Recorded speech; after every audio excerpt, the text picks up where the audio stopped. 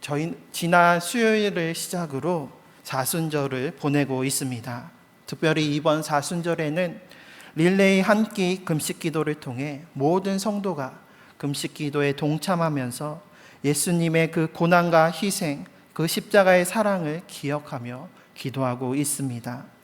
이번 사순절 릴레이 금식 기도를 통해 우리를 구원하시기 위해 고난받으시고 그 십자가를 지시고 우리 대신 돌아가신 주님의 그 희생과 사랑을 더욱더 깊이 묵상하며 또 금식 기도하면서 서로를 위해 기도하면서 서로 하나 되며 주님의 몸된 교회를 이뤄나가는 우리 모두가 되시기를 주님의 이름으로 축복합니다. 오늘은 사순절을 보내면서 특별히 우리가 금식 기도를 하면서 무엇을 기도해야 할까에 대해서 사순절의 시작인 성의 수요일의 의미를 통해서 함께 살펴보고자 합니다. 매년 사순절은 수요일에 시작이 됩니다.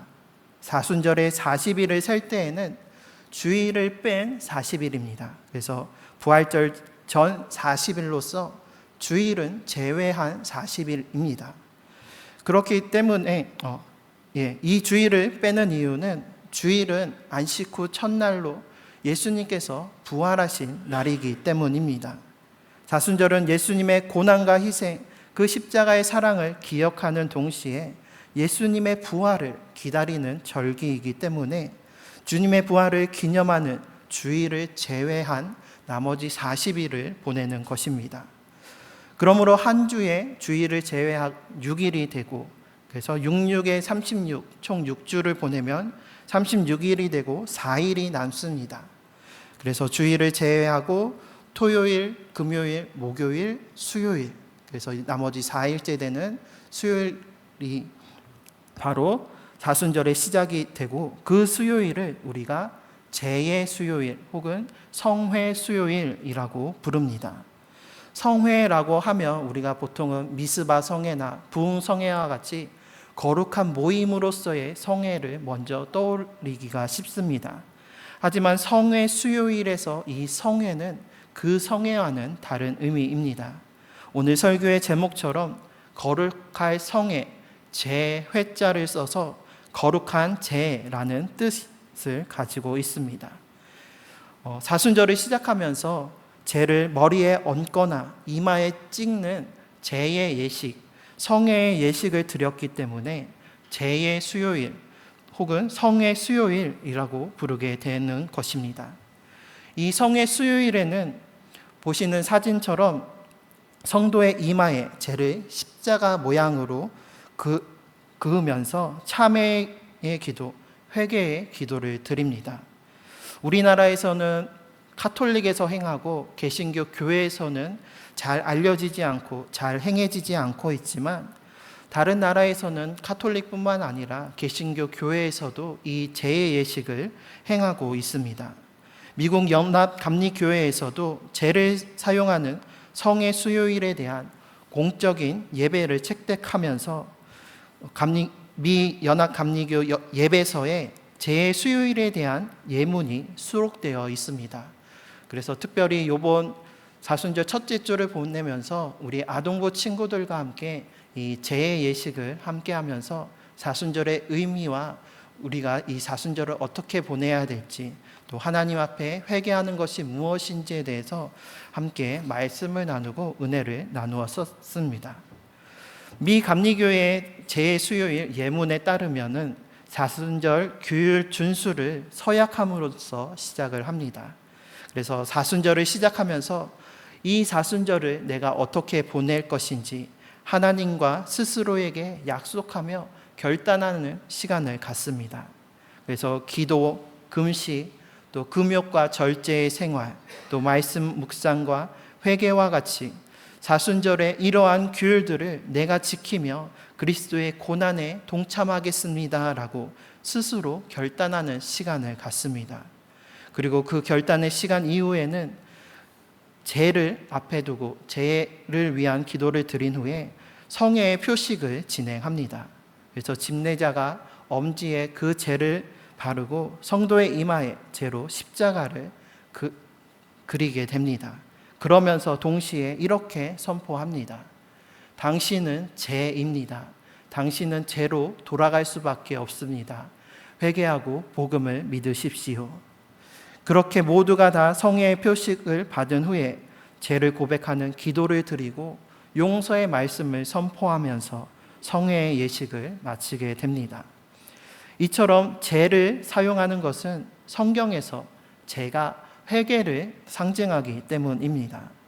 성경에서 죄는 인간의 유한함과 한계, 그리고 인간의 고통과 죄됨, 그리고 죽음을 나타냅니다. 히브리서 18장 27절에서 아브라함은 이렇게 고백합니다. 아브라함이 대답하여 이르되 나는 티끌이나 재와 같사오나 감히 주께 아뢰나이다. 이는 하나님이 소돔과 고모라에 그 죄악이 가득함을 보시고 그 땅을 심판하려 하실 때였습니다. 이때 아브라함은 하나님의 뜻을 돌이키고자 하면서 그 성에 의인이 50명, 아니 45명, 40명, 30명, 20명, 10명이 있으면 어떻게 하시겠습니까? 하면서 하나님의 뜻을 돌이키고자 하나님께 간청하였습니다.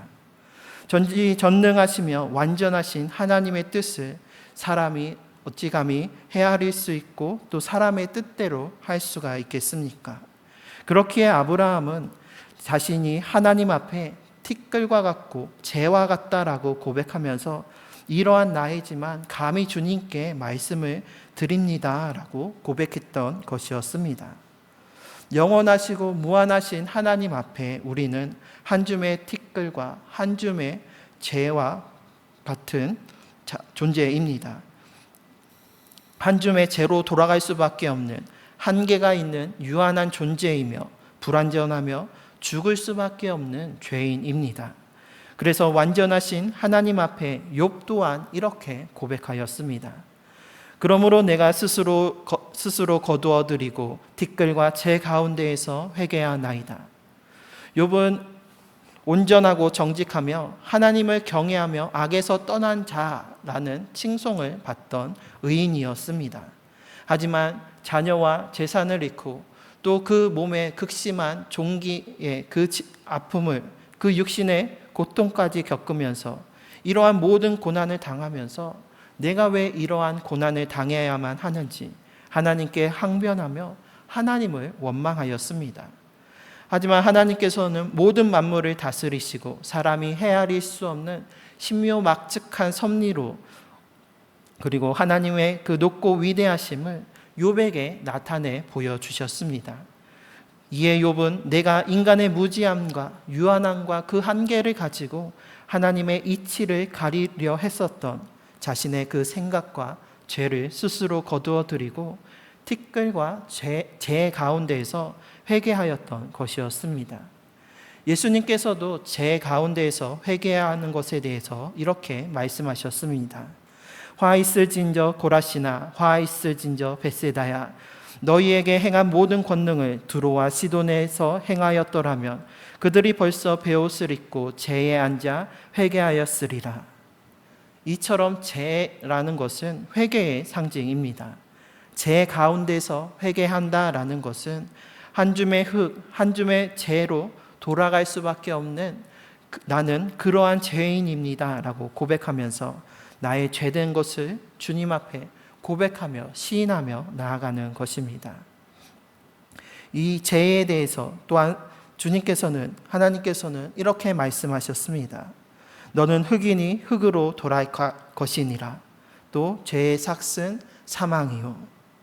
우리는 흙으로 지음받은 존재입니다. 하나님께서 하나님의 형상대로 흙으로 사람을 지으시고 그 코에 생기를 불어넣어 주심으로 우리는 생명이 되었습니다. 살아있는 영적인 존재로서 하나님과 직접 대면하고 하나님과 직접 교제하며 소통할 수 있는 존재가 되었습니다. 하지만 아담과 하와의 그 원죄 이후로 죄가 세상에 가득함으로 인하여서 우리는 생명이 되시는 하나님으로부터 벗어나고 우리는 또한 죄로 인하여서 영원하신 하나님으로부터 단절되었습니다. 그래서 우리는 죄의 삭스로 죽을 수밖에 없는 존재, 한 줌의 흙으로 한 줌의 죄로 다시 되돌아갈 수밖에 없는 죄인이 되었습니다. 예전에 제가 대학교 재학 시절에 철학 수업을 들었을 때였습니다. 아직도 기억나는 교수님의 질문이 있었는데, 그것은 우리는 살아가고 있는가 아니면 죽어가고 있는가라는 질문이었습니다. 이 질문에 여러분들은 어떻게 답하실 수 있으신가요? 여러분들은 살아가고 있습니까? 아니면 죽어가고 있습니까? 우리는 보통 인생을 살아간다라고 이야기합니다. 그런데 또 엄밀히 말하면 우리의 인생은 죽어간다라고도 할 수 있습니다. 과학적으로 살펴보면 우리의 몸은 태어나면서부터 세포가 분열하는 것을 반복하면서 성장하게 됩니다.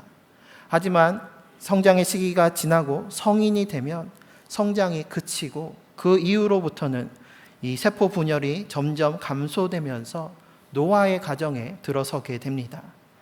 유전적인 요소와 또 환경적인 요소, 여러 가지 변수가 많아서 그 노화의 시점을 정확하게 정의할 수 없지만 가장 보수적인 의견에 따르면은 만 25세 때부터 노화가 시작된다고 합니다. 적어도 만 25세 이후로부터는 우리의 몸이 성장이 그치고 늙으면서 노화의 단계로 점점 죽음을 향해 나아가게 된다라는 것입니다. 죽음이라는 것은 죄의 삭스로서 모든 인간이 피할 수 없는 운명입니다. 그러므로 우리는 태어난 순간부터 하루하루 죽음을 향해 나아가고 있다라고 할 수 있습니다. 그래서 우리의 삶은 살아가고 있는 것이 아니라 죽어가는 것이다라고 이야기할 수 있는 것입니다. 한 줌의 흙으로 한 줌의 재로 돌아가는 것이 이 땅에서의 인간의 삶이요 우리의 현실입니다. 죄 가운데에서 죄를 회개한다라는 것은 이러한 인간의 유한함과 한계를 주님 앞에 인정하고 또 나의 죄인됨을 죄 가운데에서 자복하며 회개하는 것입니다. 성의 수요일에 죄를 바르는 것은 바로 이러한 죄의 의미를 가지고 회개하면서 사순절을 시작하는 상징적인 예식인 것입니다. 이러한 죄의 의미를 깨닫고 오늘 설교 제목을 다시 한번 살펴보면 성회, 거룩한 죄라는 이 말이 조금은 의아하게 여겨집니다. 앞서 말씀드린 것과 같이 죄라는 것은 우리의 죄와 또 죽음을 나타냅니다. 그렇게 이 죄라는 것은 부정하다라고 할 수 있는데 성회라는 것은 그 말대로 거룩한 죄라는 것입니다. 이것은 마치 카페에 가서 뜨거운 아이스 아메리카노 주세요라는 말과 같습니다. 이미 아이스 아메리카노라는 것은 얼음으로 차게 식힌 커피인데 그 차가운 커피를 달라고 하면서 뜨거운 아이스 아메리카노를 달라고 한다라는 것은 어불성설이고 또 존재할 수 없는 것입니다. 이처럼 죄의 결과인 죄와 거룩함이 동시에 양립할 수는 없습니다. 그런데 자순절의 죄를 성회, 거룩한 죄라고 부르고 있습니다. 어떻게 우리가 이 죄를 거룩하다라고 부를 수 있을까요? 성의 수요일에 사용되는 죄는 그 전년도 종려주의를 보내면서 사용했던 종려나무 가지를 1년 동안 보관했다가 사순절을 이제 시작하게 되면서 그 가지를 태워서 재로 만들었습니다. 그런데 그 재를 그대로 사용하는 것은 아니었습니다. 그 재 가운데에 감람류를 부어서 기름과 섞어서 사용을 합니다. 그냥 재만 이마에 바르면은 그 재가 이마에 잘 묻어나지 않지만 기름을 섞음으로써 그 재를 이마에 발랐을 때 그 재가 이마에 잘 묻어나게 됩니다. 하지만 이것은 단순히 재를 잘 묻게 하기 위함이 아니라 그 안에는 영적인 의미가 담겨져 있습니다. 재에 기름을 붓는다라는 것은 바로 성령의 기름 부으심과 또 기름 부으심을 받은 자이신 그리스도 예수의 은총을 나타냅니다. 우리가 예수님을 그리스도라고 고백할 때에 그리스도라는 헬라어의 의미는 바로 기름 부음을 받은 자라는 뜻입니다. 구약 성경에서 기름 부음을 받은 자는 왕과 제사장, 선지자들이었습니다. 그래서 이들에게 기름을 부음으로써 이들은 하나님의 거룩하게 하심으로 구별된 자, 성결된 자, 성별된 자라는 표식으로 기름 부음을 사용하였습니다. 예수님께서 그리스도 되심은 우리를 다스리시는 우리의 왕이시며 또 하나님과 우리 사이에서 우리의 죄를 사하여 주시는 중보자가 되시는 대제사장이시며 또 하나님의 그 말씀과 은혜를 선포하시고 베푸시는 선지자로서 우리의 메시아, 우리의 구원자 되심을 고백하는 것입니다. 그렇기에 제의 수요일 날에 이 제의 기름을 부음은 죄인인 나에게 임하시는 하나님의 예수 그리스도의 은혜와 은총을 나타냅니다.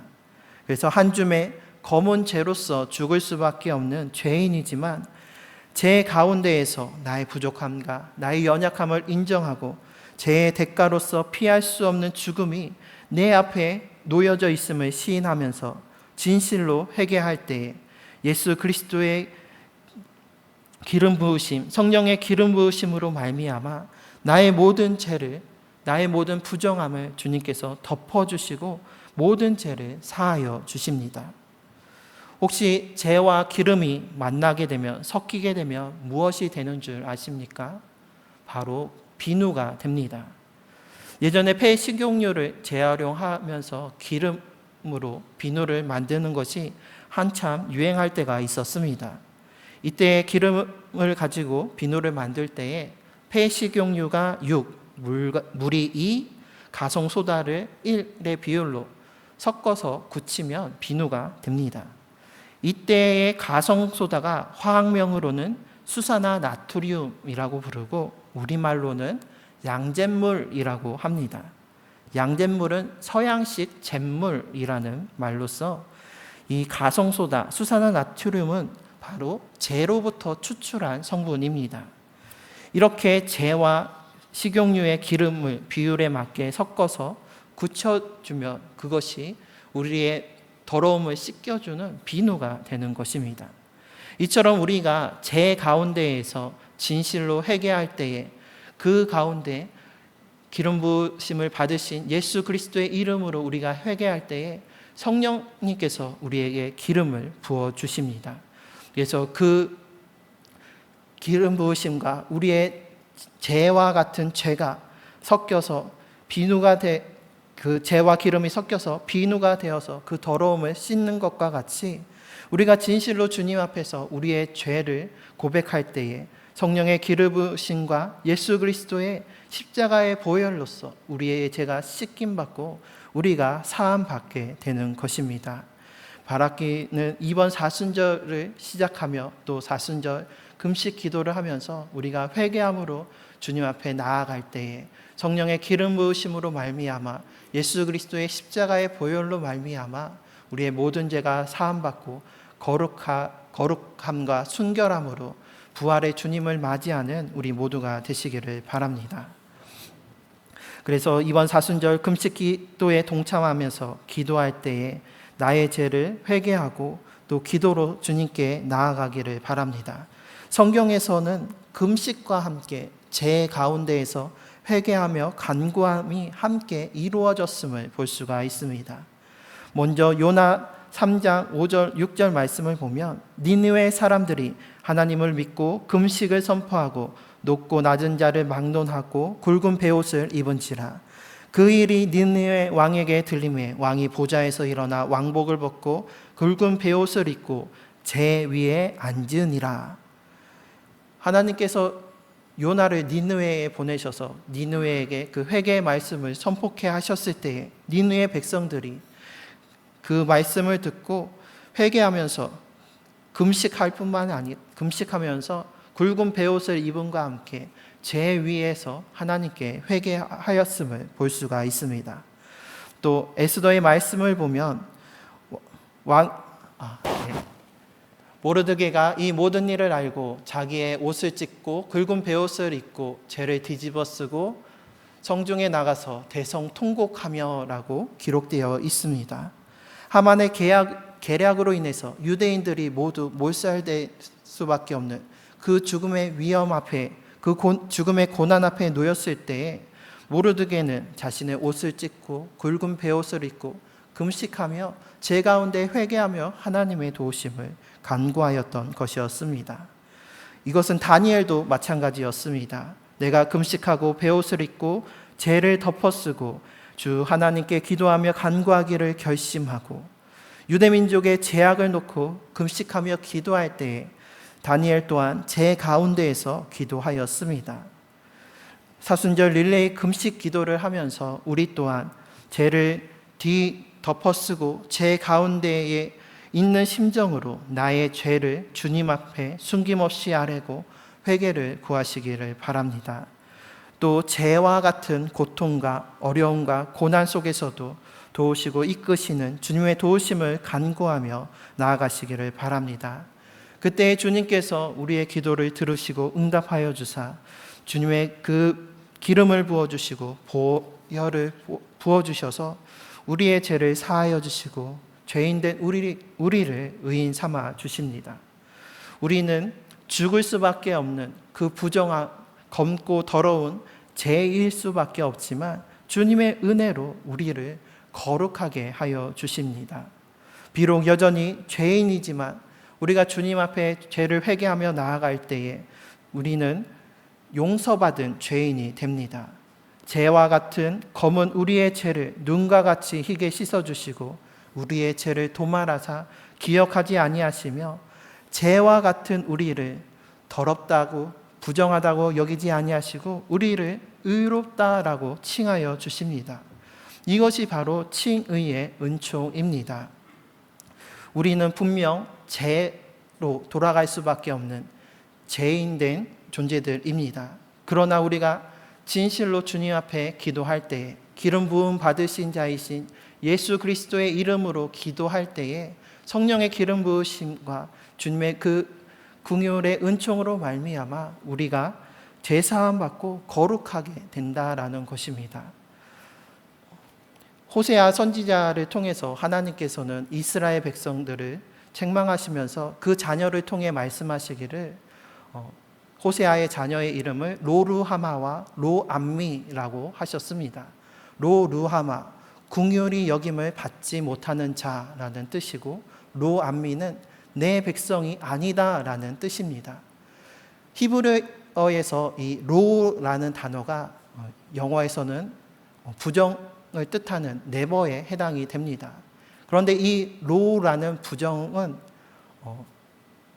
노라는 부정보다는 네버, 결코, 절대 아니다라는 절대 부정에 해당이 됩니다.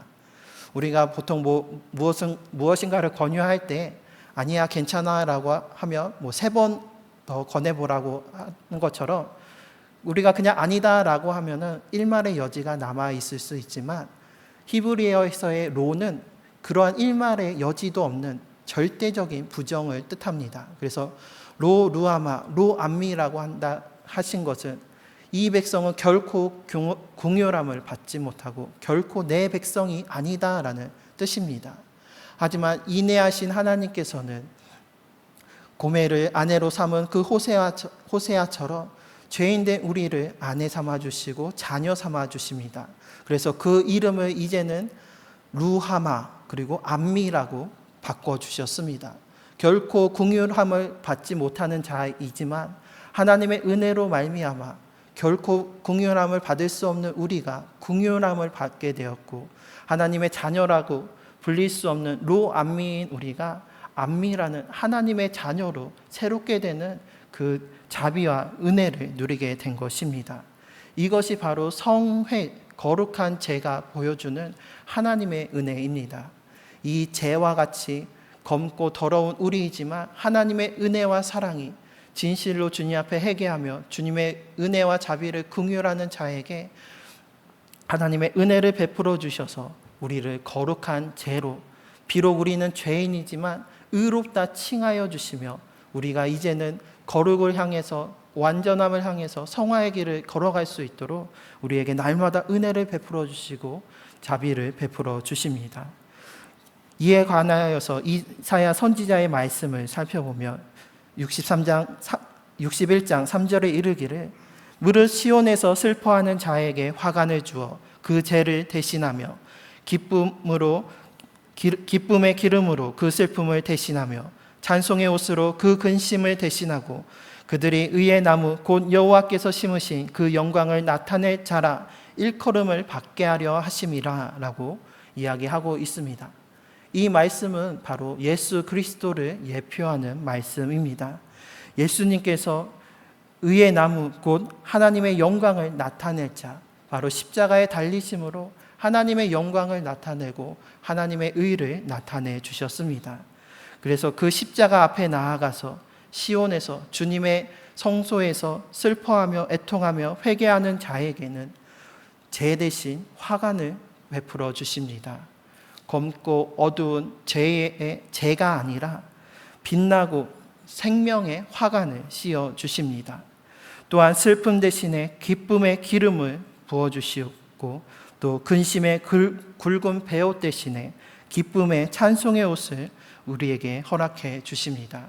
이 사순절을 보내면서 우리가 금식하면서 더불어 진실로 회개하면서 주님 앞에 나아감으로 말미암아 주님께서 베풀어 주시는 이 자비와 긍휼의 용서의 은혜를 누리는 우리 모두가 되시기를 바랍니다. 그래서 죄 대신 화관을 쓰고 슬픔 대신에 기름으로 부음받고 또 굵은 베옷 대신에 찬송의 옷을 입으며 단장한 신부가 되어서 부활의 주님을 맞이하며 이 사순절이 지나고 맞이하는 그 부활절에 기쁨과 감사와 은혜가 충만한 주님과의 그 만남을 소망하면서 이 사순절 기간을 보내는 우리 모두가 되시기를 주님의 이름으로 축원합니다.